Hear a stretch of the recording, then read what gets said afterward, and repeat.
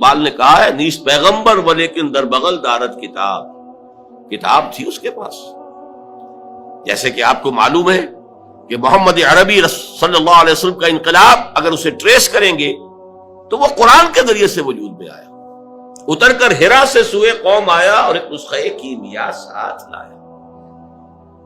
بہرحال اگرچہ قرآن کا تقابل کرنا داس کیپیٹال سے یا داس کیپیٹال کا تقابل کرنا قرآن سے، یہ تو میرے نزدیک نامناسب ہے، لیکن یہ کہ آپ اس اعتبار سے ضرور نوٹ کیجئے کہ واقعتاً ایک کتاب ہے جس نے یہ عظیم انقلاب بولشوک ریولوشن برپا کیا.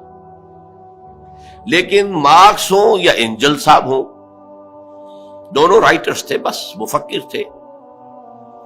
انہوں نے اپنی کتاب لکھی جرمنی اور لندن میں بیٹھ کر، اور جرمنی اور لندن میں اس انقلاب کا کہیں وجود ہی نہیں واقع ہوا. وہ خود اپنی سرکردگی میں، اپنی قیادت میں کسی ایک گاؤں میں بھی انقلاب برپا نہیں کر سکے. انقلاب آیا کہاں؟ تیسرے تیواڑے اللہ میاں کے پچھواڑے کس قدر دور، روس میں انقلاب آیا. بولشوک پارٹی، مونشوک پارٹیز ان کے ذریعے سے، اور عین وقت پر چونکہ ایگزائل میں تھے، جیسے کہ خمینی صاحب ایگزائل میں تھے اور عین وقت پر آ کر انہوں نے جو ایران میں ہنگامہ جاری تھا اس کی قیادت اپنے ہاتھ میں سنبھال لی. اسی طرح عین وقت پر لینن آیا ہے اور اس نے آ کر قبضہ کیا ہے، ہائی جیک کیا ہے قیادت کو اور انقلاب برپا کر دیا. اس تناظر میں دیکھیے محمد عربی صلی اللہ علیہ وسلم ایک فرد واحد کی حیثیت سے اپنی دعوت کا آغاز کرتے ہیں. وہی فکر دینے والے، وہی دعوت دینے والے، وہی ہیں جو سٹریٹ پریچنگ کر رہے ہیں، مکے کی گلیوں میں گھوم رہے ہیں. یا ایھا الناس قولوا لا الہ الا اللہ تفلحوا. سٹریٹ پریچنگ گلیوں میں، جیسے حضرت عیسیٰ علیہ السلام سٹریٹ پریچنگ کرتے تھے. وہی ہیں جو کبھی اپنے رشتہ داروں کو جمع کر رہے ہیں اور ان کے سامنے دعوت پیش کر رہے ہیں کھانا کھلا کر. کبھی کوہ صفا پر کھڑے ہو گئے ہیں، بلند آواز سے آپ نے کہا وا صباحا اور لوگوں کو جمع کیا اور اپنی دعوت پیش کی.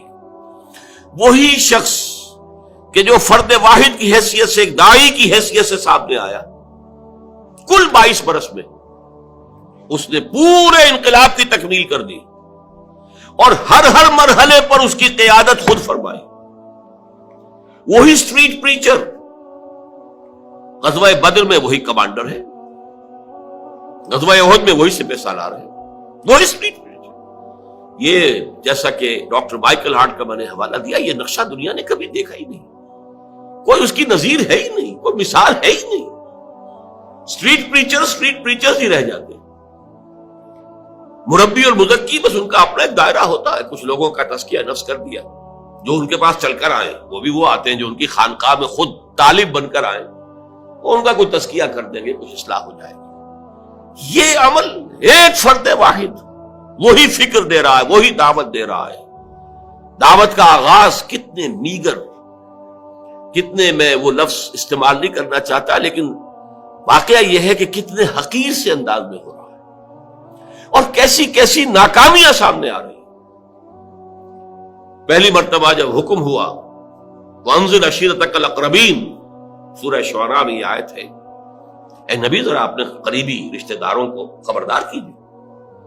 حکم دیا حضرت علی کو، وہ آپ کے زیر کفالت بھی تھے، زیر تربیت بھی تھے، اور پھر وہی نوجوانی کا عالم تھا، تو گویا کہ گھریلو سامان لانا، اس کا بندوبست کرنا انہی کے ذمہ تھا. ایک دعوت طعام کا اہتمام کرو اور تمام بنو ہاشم کو بلا دو.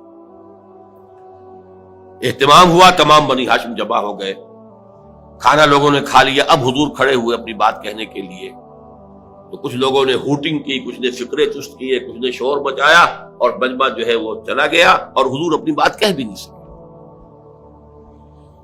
تو یہ نہ سمجھیے کہ ایسا ہو گیا ہو کہ ادھر آپ نے آغاز کیا، ادھر کامیابیوں نے قدم چومنے شروع کر دیے. ہرگز نہیں، ہرگز نہیں، ہرگز نہیں. اہم ترین نقطہ جو ہے آپ کی انقلابی جد و جہد کا، اس کو نوٹ کر لیجئے، یہ خالص انسانی جد و جہد کی سطح پر ہوئی ہے. اس میں وہ سارے مراحل آئے ہیں جو کسی بھی انسانی جد و جہد میں آتے ہیں. ابتدائی ناکامیاں، ابتدائی مایوسیاں، محنت اور مشقت بے پناہ، اور نتیجہ کچھ بھی نہیں. کم سے کم ویزیبل نتیجہ، نظر آنے والا مرئی نتیجہ زیرو. لیکن حضور نے چند دن کا وقفہ دے کر پھر حضرت علی سے کہا اب دوبارہ پھر بلاؤ، پھر کھانے کا اہتمام کرو۔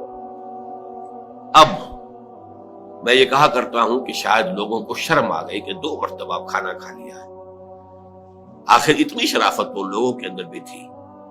اب بہرحال ان کا حق بن گیا ہے کہ ان کی کوئی بات ہم سن لیں۔ حضور نے اپنی دعوت پیش کی، بڑا عظیم خطبہ ہے جو آپ نے، نہایت جامع، نہایت مختصر، نہایت مؤثر، لیکن اس وقت میں اس کی تفصیل میں نہیں جا سکتا۔ بہرحال اب یہ کہ لوگوں نے سن لیا، لیکن پورے مجمع کو سانپ سونگھ گیا، کوئی بول ہی نہیں رہا، چپ۔ حضرت علی کھڑے ہوتے ہیں اور وہ پہلے سے اپنے تھے، وہ کہتے ہیں کھڑے ہو کر اگرچہ میں سب سے کم عمر ہوں، اگرچہ میری ٹانگیں پتلی ہیں، اگرچہ میری آنکھیں دکھتی ہیں، یہ آشوب چشم کا عارضہ حضرت علی کو بچپن ہی سے تھا۔ معلوم ہوتا ہے ککروں کا جو مرض ہے جو عام طور پہ بچپن سے شروع ہوتا ہے جاری رہتا ہے۔ مختلف جنگوں کے موقع پر بھی تذکرہ ملتا ہے کہ حضرت علی کی آنکھ دکھ رہی تھی تو حضور نے اپنا لعاب دہن جو ہے ان کی آنکھ میں لگایا، جس سے ان کو سکون حاصل ہوا، پھر وہ جنگ کے میں حصہ لے سکے۔ تو یہ معلوم ہوتا ہے کہ ٹرکوما کا جو مرض ہوتا ہے وہ شاید انہیں تھا۔ اگرچہ میں سب سے کم عمر ہوں، اور اگرچہ میری ٹانگیں پتلی ہیں، اور اگرچہ میری آنکھیں دکھتی ہیں، لیکن میں آپ کا ساتھ دوں گا۔ اور پورا مجمع کھلکھلا کر ہنس پڑا۔ یہ چلے ہیں دنیا کی تقدیر بدلنے، اور یہ ہیں ان کے ساتھی۔ یہاں سے آغاز ہو رہا ہے، ذرا غور کیجیے۔